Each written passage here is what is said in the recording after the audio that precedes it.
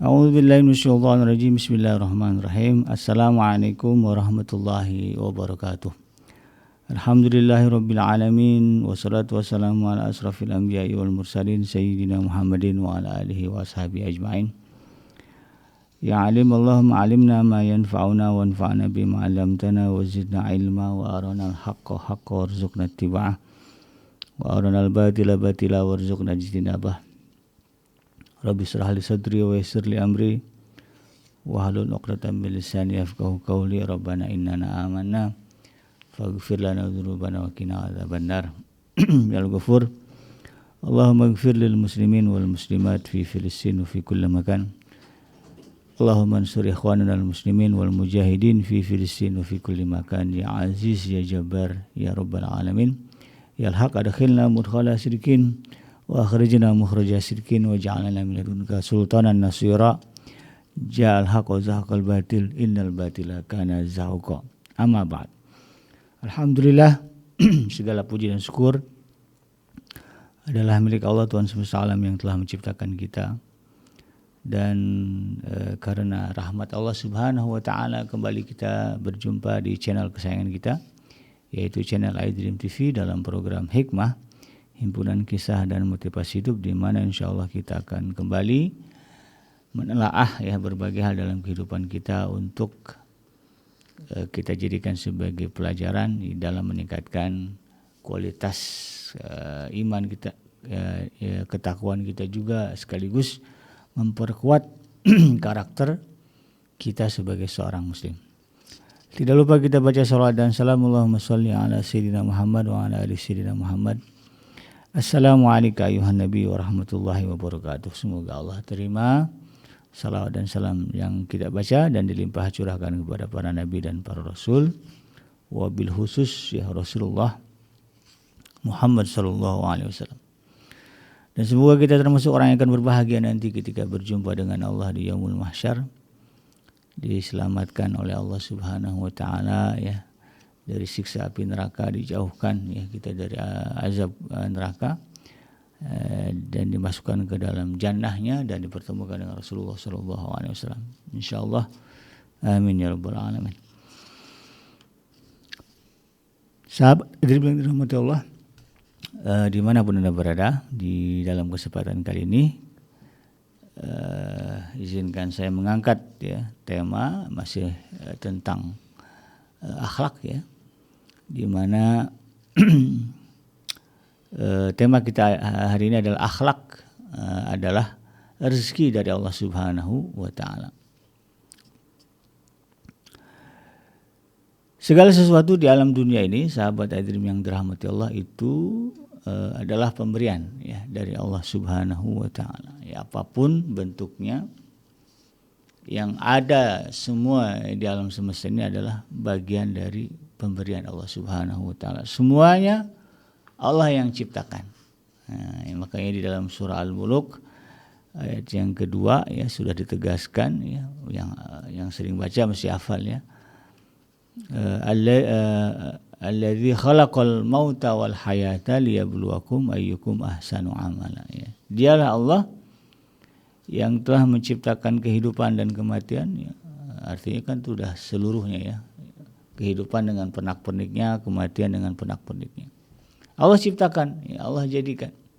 Liyabluwakum ayyukum ahsanu amala, untuk menguji kalian siapa di antara kalian yang paling baik amalannya. Jadi segala sesuatu di alam dunia ini, di semesta alam ini adalah ciptaan Allah sekaligus sebagai anugerah, pemberian dari Allah Subhanahu wa taala. Baik yang nampak oleh mata kita, atau segala sesuatu yang bisa kita indera dengan pendengaran, penglihatan, rasa itu semuanya bagian dari apa yang Allah berikan kepada kita sebagai anugerah dari Allah Subhanahu wa taala. Atau juga yang tidak nampak, kebahagiaan, rasa suka gitu kan, cinta, rasa kasih, itu semua adalah anugerah dari Allah Subhanahu wa taala. Jadi segala sesuatu baik yang sifatnya kita rasakan menyenangkan ataupun sesuatu segala sesuatu yang kita rasakan tidak menyenangkan, itu semua adalah pemberian dari Allah Subhanahu wa taala.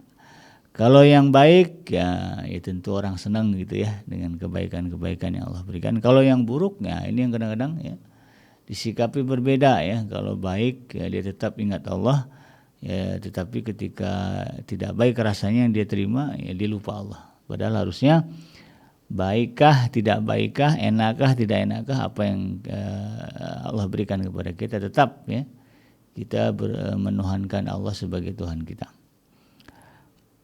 Oleh karena itu kemudian ya sahabat iDream yang dirahmati Allah ya, berbicara apa yang Allah berikan kepada kita ya, termasuklah kemudian ya itu tadi ya dari bagian yang tidak nampak itu adalah sifat atau apa yang muncul sebagai tingkah laku dari diri kita yang kita sebut sebagai akhlak. Jadi akhlak yang ada pada diri kita ini ya, baik buruknya itu semua adalah anugerah dari Allah Subhanahu wa taala. Itu adalah pemberian ya, dari Allah Subhanahu wa taala. Ya, artinya segala sesuatu yang kita lakukan itu kan terjadi dengan izin Allah gitu ya. Kita berbicara yang baik-baik itu atas izin Allah, kita berbicara yang buruk-buruk juga atas izin dari Allah Subhanahu wa taala. Karena memang dia yang memberikan ya. Ini yang dimani sebagai rezeki ya, akhlak itu adalah rezeki dari Allah Subhanahu wa taala. Maka sebagaimana rezeki ya yang kita peroleh setiap hari gitu kan. Ini kan ada dua kategori, ada yang halal, ada yang haram. Ada. Jadi bicaranya ada yang baik, ada yang buruk ya, yang sementara yang Allah perintahkan ya. Kulu halalan thayyiba mimma razaqakumullah. Ya, makanlah yang halal dan baik dari apa yang telah Allah rezekikan kepada kalian. Jadi yang Allah rezekikan kepada kita ini banyak ya. Ada yang baik, ada yang buruk. Tetapi Allah perintahkan yang kita makan, yang kita ambil, yang kita pakai adalah yang halal dan baik. Maka demikian pula terkait dengan akhlak sifat ini ya. Ada sifat yang buruk, ada sifat yang baik. Itu semua kan Allah berikan. Allah izinkan terjadi kepada diri kita, kita melakukan segala sesuatu itu jadi enggak jadi itu semua atas izin Allah Subhanahu wa taala. Nah, apa yang menjadi dalil bahwa rezeki adalah akhlak juga dari Allah, bahwa akhlak adalah juga rezeki dari Allah Subhanahu wa taala.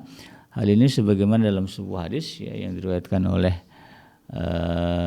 Imam Ahmad ya dari Abdullah bin Mas'ud radhiyallahu anhu, bahwa satu ketika Rasulullah sallallahu alaihi wasallam pernah bersabda, "Innallaha qasama bainakum akhlaqakum kama qasama bainakum arzaqakum." Nah, sesungguhnya kata Rasulullah SAW, Allah telah membagi akhlak kalian, sebagaimana Dia juga yang membagi rezeki kalian. Nah, jadi bunyinya seperti itu ya. Kata Rasulullah SAW, Allah yang telah membagikan akhlak ya, kepada kita sebagaimana Allah telah memberikan rezeki kepada kita. Wa inna Allah azza wa jalla yu'tid dunya man yuhibbu wa man la yuhibbu. Dan sesungguhnya Allah azza wa jalla ya telah memberikan dunia ini baik kepada orang yang Dia cintai maupun kepada orang yang tidak dia cintai. Nah, jadi sebagaimana rezeki ya Allah, karena Allah sudah janji semuanya Allah beri rezeki ya semua makhluk ini, maka dicintai enggak dicintai tetap Allah berikan rezeki. Tetap Allah berikan dia kehidupan ya, makan minum sebagainya Allah berikan ya. Meskipun dia tidak dicintai oleh Allah Subhanahu wa taala. Wala yu'tid din illa liman ahabba. Tetapi kata Allah Subhanahu wa taala, kata Rasulullah SAW, untuk urusan agama tidak diberikan kepada Allah kecuali kepada orang yang dicintainya. Nah, jadi kalau dunia ini semuanya dapat, ya. Tapi kalau agama hanya orang yang dicintai Allah yang akan mendapatkannya. Nah, lalu kemudian faman a'tahullahu din faqad ahabbah. Nah, maka siapa yang telah diberikan kebaikan agama, maka kata Rasulullah SAW, sungguh dia telah dicintai oleh Allah Subhanahu wa taala.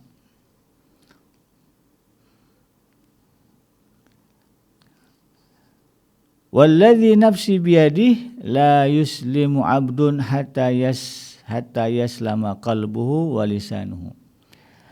Lalu kemudian Rasulullah mengatakan, nah ini kaitannya dengan akhlak nih. Dan demi zat yang diriku di tangannya, maksudnya Allah ya, beliau bersumpah dengan nama Allah Subhanahu wa taala, la yuslimu 'abdun, tidak akan selamat ya. Atau bukan, tidaklah termasuk ke dalam kelompok orang Islam, la yuslimu 'abdun, ya, dia bukan orang Islam gitu, hatta yaslama qalbuhu wa lisanuhu, sampailah orang itu ya betul-betul menjaga hati dan lisannya untuk berserah diri kepada Allah Subhanahu wa taala. Jadi tidak selama seorang hamba, tidak Islam seorang hamba, kata Rasulullah SAW, selagi dia tidak menyelamatkan hati dan juga lisannya. Ya, menyelamatkan di situ ya, lisan dan hatinya mendatangkan kebaikan, ya, keselamatan bagi diri dia dan juga orang lain.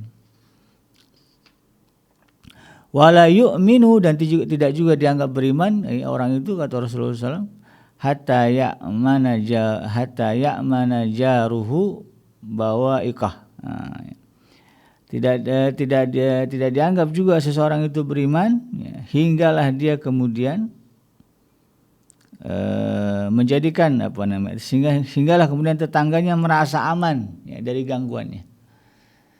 Jadi orang salah satu ciri orang beriman itu adalah itu tadi ya, tetangganya nyaman berada di sisi dia, merasa aman ya dengan keberadaan kita, atau tidak merasa terganggu dengan keberadaan kita. Itu salah satu ciri ya atau indikator kesempurnaan iman seorang muslim. Qalu, lalu kemudian di sini diriwayatkan Abdullah bin Mas'ud ya bertanya, wa ma bawaikuhu ya Nabi Allah, ya, wahai Rasulullah, apa yang dimaksud dengan mengganggu tetangga? Ya.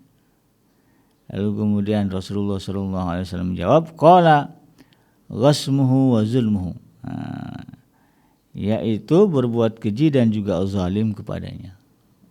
Berbuat keji, ya keji ini jatuhnya kaitannya dengan perbuatan-perbuatan yang mencemarkan ya, memalukan ya. Kemudian wa zulmuhu, dan berbuat zalim ya, kejahatan ya. Jadi yang disebut mengganggu itu, kata Rasulullah, adalah berbuat zalim dan juga berbuat keji ya. Wala yaksibu 'abdun ma la min haramin fayunfiqu minhu fayubaraka lahu fihi wala yatasaddaqu bihi fayuqbala minhu wala yatruk khalfa zahrihi illa kana zadahu ilan nar. Lalu kemudian Rasulullah mengatakan ya, apabila seseorang memperoleh harta dari yang haram lalu dia berinfak dengan harta itu, maka harta itu tidak akan diberkahi. Begitu pula jika dia bersedekah, maka dia tidak akan diterima sedekahnya. Bahkan apabila harta itu ditinggalkannya ya, sekalipun ya, malah akan menambah bebannya di neraka. Inna Allah azza wa jalla la yamhus sayyi bisayyi walaki yamhu syai' bil hasan, innal khabitha la yamhul khabith. Penting nih ya. Teorinya, kata Rasulullah SAW, sesungguhnya Allah azza wa jalla tidak menerima ya kotoran yang dibersihkan dengan kotoran, tetapi Allah menerima kotoran yang dibersihkan dengan kebaikan. Sesungguhnya keburukan itu tidak akan bisa menghapus keburukan. Ya. Jadi satu kotoran tidak akan membersihkan kotoran yang lainnya ya, kurang lebih seperti itu. Jadi dalam hadis ini sahabat hadirin yang dirahmati Allah ya, di awal-awal redaksinya jelas sekali, innallaha qasama bainakum akhlaqakum kama qasama bainakum arzaqakum. Sesungguhnya Allah itu ya mengumpamakan rezeki dan akhlak itu ya, sesuatu yang sama-sama Allah berikan. Nah, kalaulah akhlak ini dianalogikan sebagai rezeki, lalu kemudian yang kita harapkan adalah akhlak yang baik, ya rezeki yang halal dan thayyib ya kepada kita, maka demikian juga akhlak kita minta, ya. Kita berharap Allah memberikan kepada kita akhlak yang baik, ya.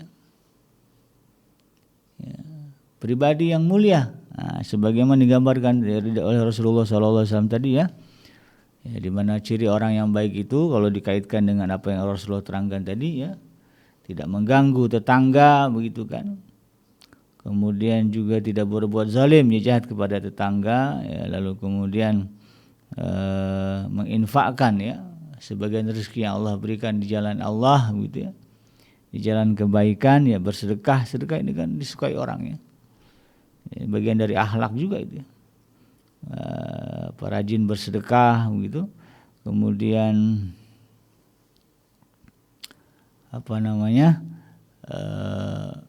banyak berbuat baik ya dalam rangka menutupi berbagai kesalahan ya dan dosa yang mungkin telah dilakukan di masa yang lalu ya.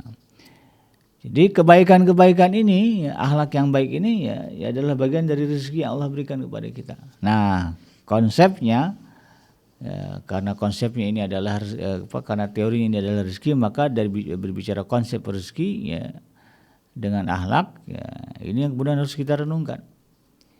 Ya, rezeki yang baik itu memang pemberian Allah Subhanahu wa taala, tetapi kemudian kita ya kaum muslimin ya itu disyaratkan atau diperintahkan untuk mencari rezeki ya. Meski itu adalah pemberian Allah, tetapi kemudian ada effort yang harus kita lakukan untuk mendapatkan rezeki dari Allah Subhanahu wa taala ya. Ya, rezeki dari Allah prakteknya kita harus cari nafkah gitu. Kalau kita anggap rezeki, kalau yang kita sebut katakanlah makan ya sehari-hari, itulah rezeki dari Allah, maka kemudian untuk mendapatkannya kita bekerja, kita berusaha, kita berdagang mungkin ya, atau kita pahit-pahitnya minta ya atau meminjam gitu kan. Itu kan bagian dari ikhtiar yang tidak bisa kita abaikan. Artinya tidak mungkin kita kemudian merasa kenyang tanpa ada ikhtiar. Nah, sekalipun ikhtiarnya adalah sekedar membuka mulut ya, dan kemudian mengunyah. Jadi nggak ada ceritanya ya hari ini kita lapar lalu kemudian kita bilang ya Allah berikanlah saya rezeki makan hari ini, kenyangkanlah perut saya, kemudian kita diam, nggak kemana-mana, nggak ngapa-ngapain. Sekalipun datang orang bawa makanan, kalau kemudian kita diam saja gitu ya, tidak mau membuka mulut ya, maka rezeki itu tidak akan masuk, tidak akan kita terima. Nah, jadi harus ada effort, ada ikhtiar, ada gerak ya, ada usaha dalam diri kita untuk mendapatkannya.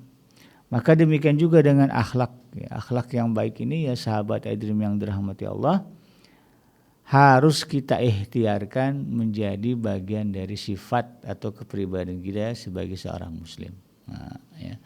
Harus ada yang kita lakukan untuk kemudian membentuk akhlak itu di dalam diri kita. Jadi akhlak itu tidak akhlak yang baik itu tidak kemudian otomatis nempel ya, hanya dengan berdoa meminta kepada Allah. Ya, atau mungkin hanya sekedar melihat orang lalu kemudian otomatis kita jadi baik, tidak ya. Tetapi ya sebagaimana rezeki kita dapatkan seperti itu juga kemudian kita menjadikan akhlak yang baik itu sebagai bagian dari diri kita ya. Harus ada usaha, harus ada ikhtiar ya dari diri kita untuk kemudian ya menjadikan akhlak mulia, akhlak yang baik itu sebagai bagian dari karakter kita. Karena itu kemudian ya para ulama mengatakan akhlak yang baik itu merupakan buah dari hasil perjuangan ya. Perjuangan orang-orang yang beriman dan bertakwa kepada Allah melahirkan kemudian sifat yang baik, akhlak yang baik ya. Akhlak yang baik ini adalah ya, sesuatu yang lahir atau buah dari kedisiplinan ahli ibadah. Ya, ketika dia rajin beribadah kepada Allah Subhanahu wa taala, disiplinnya yang wajib dia jaga, yang sunnah kemudian dia dawamkan, dia tambahkan begitu kan. Dari pagi, dari bangun tidur sampai tidur lagi, ya, dia disiplin. Ya. Jamnya sholat ya, dia sholat ya. Dia tidak mau diganggu dengan yang lain begitu kan. Jamnya ngaji baca Quran ya, dia baca Quran nggak mau diganggu ya. Kan ada orang yang udah jelas hari ini ngaji tapi kemudian ya, datang aktivitas kegiatan yang lainnya ya, dia geser jadwal ngajinya, bukan kegiatan ini geser. Tapi jadwal ngajinya digeser. Hari ini absen nggak ngaji karena ada kegiatan ini. Sebagai contoh lah begitu ya sahabat Edrim. Nah tentu kalau bicara fleksibilitasnya kan kembali kepada kondisi kita masing-masing. Tetapi kalau kita disiplin ya, konsisten ya menjaga ibadah kita, maka akan melahirkan akhlak yang baik ya. Paling tidak ya disiplinnya itu ya. Orang Islam sehari semalam ya Allah amanahkan menjaga sholat wajib 5 kali sehari. Ya, di waktu maghrib ya, kemudian isya, subuh, zuhur, asar ya, 5 waktu.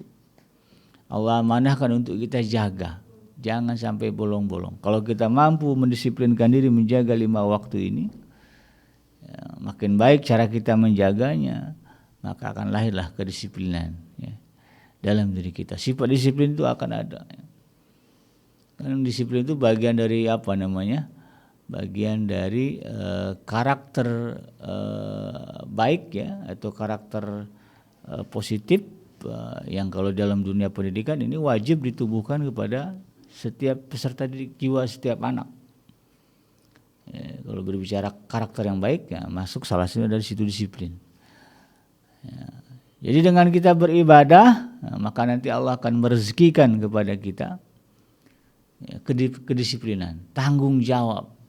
Ya, tanggung jawab. Ya, sholat aja dia jaga gitu kan, apalagi nanti ya kalau sudah kemudian dewasa balik ya punya istri, tentulah ya istrinya, anak-anaknya akan dia jaga dengan sebaik-baiknya. Sedangkan amanah dari Allah saja ya dia mampu dijaga. Sebaliknya ya, kalau yang Allah amanahkan jelas-jelas hukumnya wajib tidak bisa mampu dia jaga ya, tidak bisa dia maksimalkan penjaganya, maka bagaimana kemudian kalau dia diamanahkan istri, anak, harta, wah lebih terbengkalai. Ya. Jadi ya penting nih bagi kaum muslimah ya yang sedang mencari imam, ya pastikan gitu kan ya imamnya bisa sholat dan selalu menjaga sholat. Gitu. Nah, itu kan yang basic sebetulnya Allah berikan ya. Kalau dia mampu menjaga sholat 5 waktu, maka insya Allah dia akan diberikan kekuatan oleh Allah Subhanahu Wa Taala untuk menjaga Anda sebagai istrinya. Nah, ya. Ini yang kemudian harus menjadikan renungan. Ya. Barulah yang lain-lainnya ya, punya mobil, punya rumah itu masukkan. Tapi yang penting sholat nggak dia. Nah, itu ya. Akhlak yang baik juga merupakan bagian dari perjuangan seorang muslim dalam pergulatannya dengan setan. Ini effortnya nih, ya bicara effort akhlak yang baik itu begitu. Ya, kita itu bisa berakhlak baik, ya diberikan akhlak yang baik oleh Allah Subhanahu Wa Taala setelah kita mampu memenangkan pergulatan dengan setan. Datang satu kepada kita situasi, kondisi gitu kan. Ya, biasanya kan menyikapi cuma 2. Mau disikapi dengan baik, kebaikan, atau kita sikapi dengan keburukan. Kan 2 itu aja. Datang tetangga ya atau bestie kita ngajak ketemu kita gitu kan di kafe atau di mana, kemudian mulai menyerempet ngomongin orang. Nah, kan 2 aja sikap ini. Ya. Kalau bicara kebaikan, agama mengharamkan. Maka dialihkan harusnya pembicaraannya kepada yang lain. Kalau bicara setan ya udah nyamber gitu ya. Oh, kemarin tahu nggak si Anu gini? Oh gitu ya, wah itu ya tuh kalau udah setan yang kita ikuti gitu ya. Kalau berbicara keinginan kita mendapatkan akhlak yang mulia itu harus dilawan.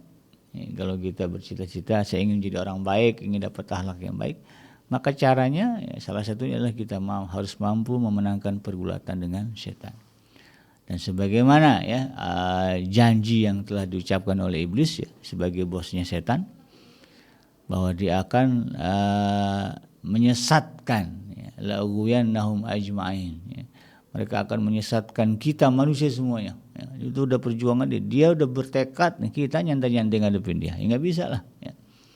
Dia bertekad ya, bahwa dia akan menyesatkan seluruh ya keturunan Nabi Allah Adam alaihissalam ya, kita ini Maka kemudian ya, ketika dia menggoda kita, dia menggoda dengan bersungguh-sungguh, maka kita juga harus melawannya dengan kesungguhan. Maka kemudian ya sahabat Adrim, ketika kita berbicara ya bagaimana ya, bisikan kejahatan, keburukan ya datang, kalau kita ingin mendapatkan akhlak yang baik, lawan. Jadi nggak bisa kita ini kalah ya dengan bisikan-bisikan setan lalu kemudian mengharapkan akhlak yang baik. Nah, jadi akhlak yang baik itu diberikan oleh Allah Subhanahu wa taala sebagai buah dari ya, pergulatan kita ya, kesungguhan kita di dalam melawan bisikan setan. Karena Allah sudah menegaskan juga kan di dalam surah Yasin, wala tattabi'u khutuwatis syaitan innahu lakum aduwwum mubin. Janganlah kalian mengikuti langkah-langkah setan karena sesungguhnya dia adalah musuh yang nyata bagi kalian. Jadi jelas di sini ya sahabat Adrim yang dirahmati Allah, kalau berbicara setan ya, nah jangankan patuh ya, mengikuti ya, arah jebakannya ini kita sudah dilarang. Ya Allah sudah melarang. Wala tattabi'u khutuwatis syaitan. Jangan, karena setan itu untuk menjebloskan kita ke dalam perangkap dia kan ada itu ya, ada step-stepnya. Ya, kalau zina itu ada perbuatan-perbuatan yang mendekatkan. Dia belum zina tapi udah dekat. Ya, misalnya kalau zina kan jelas ya definisinya itu tadi kan persetubuhan ya di luar pernikahan. Ya.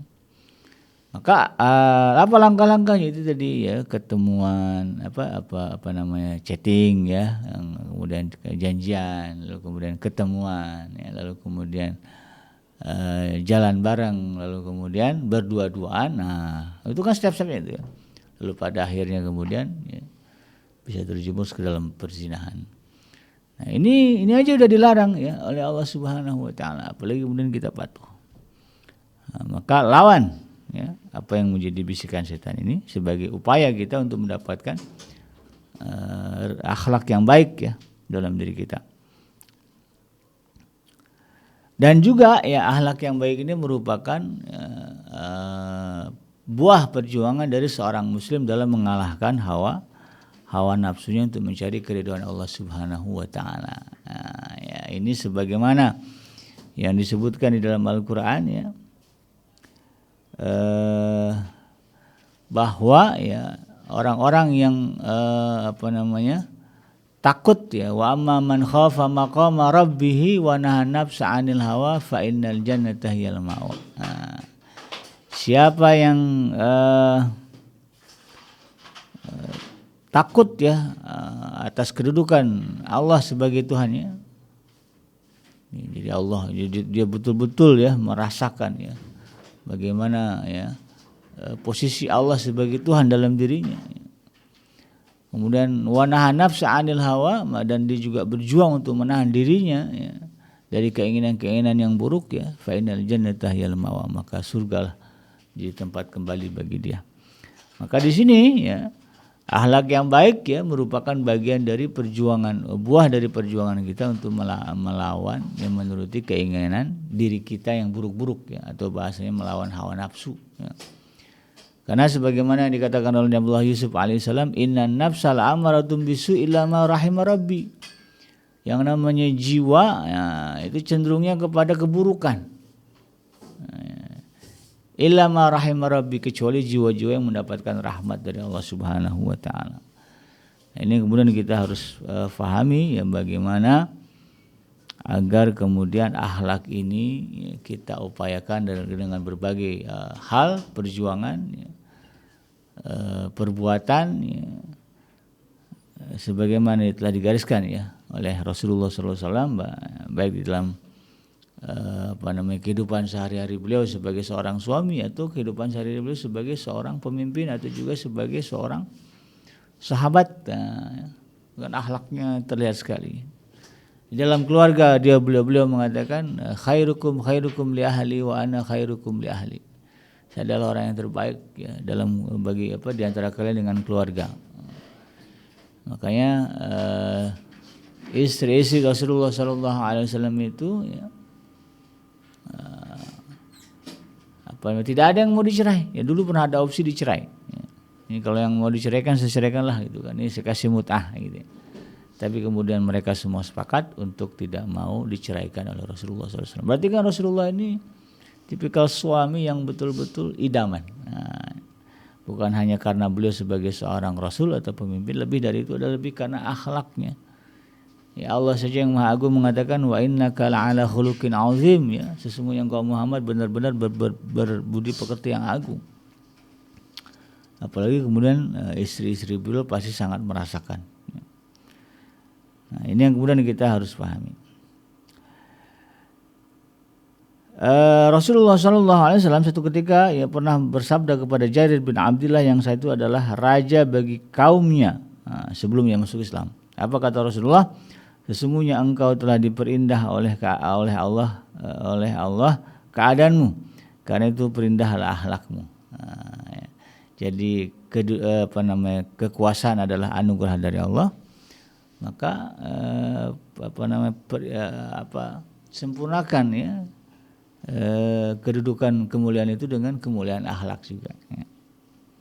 Rasulullah juga pernah bersabda, sesungguhnya seorang hamba, yang artinya begini, sesungguhnya seorang hamba dengan akhlak yang baik betul-betul akan meraih berbagai derajat agung dan kedudukan mulia ya, di akhirat nanti, meskipun dia kurang-kurang ya atau agak lemah di dalam urusan ibadahnya. Ya, karena memang akhlak yang mulia, sifat yang baik ya, sahabat Edrim yang dirahmati Allah, itu bagian dari bagian dari ibadah. Jadi yang namanya beribadah itu tidak hanya sekedar rukun Islam itu ya, yang biasa kita sebut syahadat, sholat, zakat, puasa, haji. Ini bukan ini saja kalau berbicara ibadah ya. Tetapi berakhlak mulia ya, mengedepankan akhlak mulia dalam kehidupan sehari-hari dari mulai kita bangun tidur sampai kita tidur lagi, itu juga bagian dari ibadah ya, bahkan itu adalah ibadah yang besar ya. Karena ya kalau berbicara akhlak yang baik kan, itu kan sumbernya Al-Quran, sumbernya hadis begitu kan. Artinya ketika dia mengedepankan akhlak yang baik, dia sedang mengamalkan, menjalankan apa yang telah Allah perintahkan dan mematuhi apa yang Allah larang. Kata Allah, wala tajassasu misalnya, ya, jangan kalian saling memata-matai atau mencari-cari kesalahan orang. Nah, itu kan bagian dari akhlak gitu ya. Kan ada orang yang senang kepo ya. Kepo dengan urusan rumah tangga orang dengan orang, ya, hanya sekedar ingin tahu dan kemudian menjadi sebagai bahan gunjingan ya. Kalau bahasa itunya jadi admin lambe turah misalnya. Ini kan jelas ya hal yang buruk. Nah, ketika kemudian kita menahan diri dari itu adalah ibadah. Ya, sampai tetangganya, temannya bilang susah kalau sama dia, nggak bisa diajakin ngomongin orang. Bagus tuh ya. Kalau ada orang begitu, berarti dia orang yang sedang dan karena itu dia akan mendapatkan pahala ya, pahala ibadah, pahala yang besar. Dan sayang sekali kalau kemudian ada orang yang kuat menjaga ibadah yang disebutkan dalam rukun Islam itu, dia udah haji ya, zakatnya rajin, kemudian puasanya kuat gitu, lalu kemudian sholatnya dijaga, tapi kemudian ya, akhlaknya ya, sikapnya tidak mencerminkan kebaikan Al-Quran dan hadis ya. Sama tetangga jahat gitu ya misalnya, padahal ada jelas dilarang kan di dalam Al-Quran juga dilarang, di dalam hadis juga dilarang. Ya, sama tetangga rese begitu ya. Sampai tetangganya merasa tidak nyaman tinggal di sebelah dia gitu. Rumahnya sebelah-sebelahan sama dia tuh nggak enak ya. Ada aja yang bikin nggak nyaman gitu kan. Harus sampai lapor RT juga nggak bisa settle. Kalau sampai seperti itu, maka sayang sekali ya, ibadah yang tadi itu dilakukan kemudian dicemari oleh akhlak yang buruk. Bisa jadi kemudian itu akan hilang pahalanya, walaupun katakanlah ya, hajinya ikhlas, ibadahnya ikhlas, tetapi ketika akhlaknya buruk, dia akan kehilangan pahalanya. Karena ada dalam satu riwayat, di dalam satu hadis yang disebutkan orang-orang yang muflis, bangkrut di akhirat. Ada orang-orang bangkrut. Orang bangkrut itu kan kalau kata sahabat ya, dia punya banyak harta gitu kan. Kemudian dia berusaha tapi kemudian hartanya habis, untung nggak dapat. Nah itu bangkrut. Kata Rasulullah ya itu bangkrut juga, tapi kan dalam urusan dunia. Tapi ada juga orang yang bangkrut di akhirat nanti. Siapa mereka? Yang datang dengan membawa pahala ya, pahala yang banyak, tapi kemudian habis pahala itu diberikan kepada orang yang telah dia zalimi, orang yang tadi kalau berbicara zalim berarti kan selama hidup dia dalam dunia dia mengabaikan akhlak yang baik. Kalau ngomong nyakitin, ini julid ini nih sahabat yang dirahmati Allah akan menjadi penggerus ya kebaikan-kebaikan ibadah kita di dunia, ya, pahala-pahala yang sudah kita dapat ya, gara-gara itu tadi julid misalnya. Makanya Rasulullah SAW mengatakan salamatul insan fi hifzil lisan. Man amana billahi wal yawmil akhir falyakul khairan aw liyasmut. Ya, kalau beriman benar-benar kepada Allah dan juga hari akhirat, hendaklah dia berkata yang baik atau diam.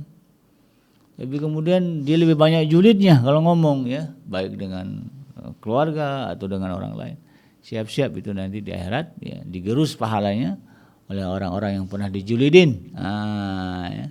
Kalau mau julid, julidlah kepada musuh Allah. Ya. Kan sekarang ini ya, istilahnya julid fisabilillah itu ya. Musuh-musuh Allah ya yang telah memerangi kaum muslimin ya. Kemudian ya akun-akun medsosnya dijulidin ya sama netizen. Ini boleh nih, malah bagus ya. Bagian dari upaya kita mengkondem gitu ya serangan-serangan media sosial ya kepada kaum muslimin atau propaganda yang tidak benar gitu kan, yang diarahkan untuk menjatuhkan semangat ya jihadnya kaum muslimin. Ya, ini dibredelin aja gitu kan. Nah, itu kategorinya masih boleh lah. Tapi kalau yang dijulidin adalah orang-orang yang seagama, orang-orang yang jelas-jelas sama-sama menyembah Allah, sama-sama orang Indonesia juga gitu ya. Bahkan naudzubillah ya, masih satu darah, saudara kita ya. Kerabat kita ya. Jangan, apalagi anak kita ya. Julid sama anak itu janganlah ya. Kadang-kadang orang tua ini merasa banyak budi begitu ya kepada anak. Lalu kemudian merasa berhak untuk julid kepada anak-anaknya. Anak-anaknya enggak boleh ya. Anak-anak itu juga justru mereka kita cegah diri kita dari julid kepada anak kita supaya mereka nanti juga enggak julid sama orang. Malu kita kalau dibilang anak siapa sih? Ibu itu. Ya, anak kan niru ibunya, niru bapaknya. Jadi jangan julid sama anak, jangan julid sama suami, jangan julid sama istri, jangan julid sama mertua, jangan julid sama orang tua. Ya, intinya jangan julid. Kalau mau julid, julidlah sama musuhnya Allah gitu ya. Ini bagian dari bagaimana supaya kita kemudian mendapatkan ya, anugerah akhlak yang baik dari Allah Subhanahu wa taala. Luqman Hakim punya anak. Anaknya pernah bertanya kepada beliau, ya kepada Luqman Hakim, wahai ayahku, apakah apa satu hal yang baik pada manusia? Kemudian Luqman menjawab, agamanya. Kemudian anaknya bertanya lagi, bagaimana kalau dua hal? Luqman menjawab, agama dan harta kekayaan. Kemudian ditanya lagi sama anaknya, bagaimana kalau tiga hal? Luqman menjawab, agama, kekayaan dan rasa malu. Kemudian ditanya lagi, bagaimana kalau empat hal? Bagaimana kalau empat hal? Ya, Luqman menjawab, agama, kekayaan, rasa malu dan akhlak yang mulia. Lalu kemudian ditanya lagi, bagaimana kalau lima hal? Ayahnya berkata, agama, kekayaan, rasa malu, akhlak mulia dan kedermawanan. Kemudian ditanya lagi, bagaimana kalau enam hal? Maka kemudian Luqman menjawab, wahai anakku, jika lima hal ini dihimpunkan dalam diri, maka ia akan menjadi suci, menjadi wali di sisi Allah Subhanahu wa taala dan membebaskan dirinya dari belenggu setan. Jadi kalau ingin jadi waliullah, ya, caranya adalah ya, teguhkan agama dalam diri kita, ajaran agama dalam diri kita, dan kemudian jadikan itu sebagai akhlak, akhlak dalam diri kita. Itu tadi kan agama, harta kekayaan, rasa malu, kemudian akhlak yang mulia dan kedermawanan. Ya. Kalau berkumpul lima hal ini dalam diri kita, ya, agamanya bagus, ya, harta kekayaannya halal begitu ya, tidak ada yang haram, lalu kemudian punya rasa malu, ya, malu dalam artian malu untuk berbuat maksiat, ya, untuk rasa malu kepada Allah Subhanahu wa taala, ya. Karena orang sekarang ini kadang-kadang salah menempatkan rasa malu, ya. Malu yang benar itu dihadapkan kepada Allah Subhanahu wa taala, ya. Kemudian akhlak yang mulia, ya, ini jelas, ya, segala sesuatu yang diperintahkan Allah, ya, di dalam konteks interaksi kita sebagai sesama makhluk atau juga sebagai makhluknya dari Allah Subhanahu wa taala. Kedepankan akhlak mulia, lalu kemudian, ya, ditambah dengan sifat dermawan, ya, suka memberi, ya, hartanya ada, kemudian disuka berikan harta itu. Maka kalau berkumpul 5 hal ini, kata Luqmanul Hakim, orang ini, ya, derajatnya akan naik, ya, jiwanya semakin suci dan dia akan menjadi wali Allah. Nah, kalau sudah jadi wali Allah, maka setan tidak akan bisa, ya, mendekatinya, menyentuhnya. Ya, udah nggak mempan, udah kebal dia, ya, sama gangguan setan, sama godaan setan. Sehingga disebut sebagai waliullah. Ibnu Abbas radhiyallahu anhu pernah berkata, setiap bangunan memiliki pondasi dan pondasi Islam adalah akhlak yang mulia. Makanya Rasulullah menegaskan, innama bu'aitsu liutammima makarimal akhlak. Aku ini, kata Rasulullah, diutus ke alam dunia untuk menyempurnakan akhlak yang baik. Nah, maka wajar jika kemudian Ibnu Abbas mengatakan, ya, pondasi dari ajaran Islam, ya, adalah kebaikan akhlak, ya, sifat yang baik, karakter yang baik, itu adalah pondasi dari ajaran Islam.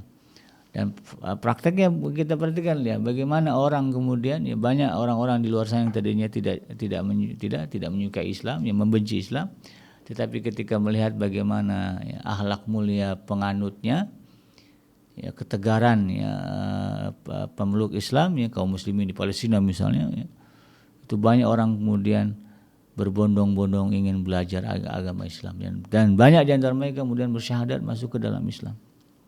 Jadi betul-betul menjadi pondasi dalam ajaran Islam. Ya, Imam Atha juga berkata, ya, tidaklah mulia seseorang tanpa akhlak mulia, tiadalah seseorang yang mencapai kesempurnaan kecuali al-Mustafa sallallahu alaihi wasallam, ya, yang maksudnya Rasulullah, ya. Maka makhluk yang paling dekat kepada Allah adalah yang menempuh tuntunan beliau dengan akhlak yang mulia. Ya, kita mengakui, ya, pribadi yang paling dekat dengan Allah Subhanahu wa taala dan diakui, ya, serta terbukti adalah Rasulullah sallallahu alaihi wasallam. Sampai Allah saja memuji beliau, gitu, ya. Maka kemudian kalau kita ingin dekat dengan Allah, maka ikutilah apa yang menjadi jalan langkah Rasulullah sallallahu alaihi wasallam, ya. Dalam hal ini adalah akhlak yang mulia. Ya, kan ada ayat yang mengatakan, ya, kul in kuntum tuhibbunallah fattabi'uni yuhibbukumullah wa yaghfir lakum dzunubakum. Kalau kalian betul-betul mencintai Allah, ya, maka ikutilah aku, kata Rasulullah SAW, ya, maka Allah akan mencintai kalian. Jadi kalau ingin dekat dengan Allah, ikuti Rasulullah. Nah, berbicara Rasulullah, yang nampak yang paling utama dalam diri beliau adalah kemuliaan akhlaknya. Demikian sahabat hadirin yang dirahmati Allah, mudah-mudahan bermanfaat. Yang benar datang dari Allah Subhanahu wa taala, dan yang salah semata-mata lahir dari kealfaan dan kehilapan saya pribadi. Saya bikin pamit undur. Subhanaka Allahumma rabbana wa bihamdika asyhadu an la ilaha illa anta astaghfiruka wa atubu ilaik. Walhamdulillahirabbil alamin. Assalamualaikum warahmatullahi wabarakatuh.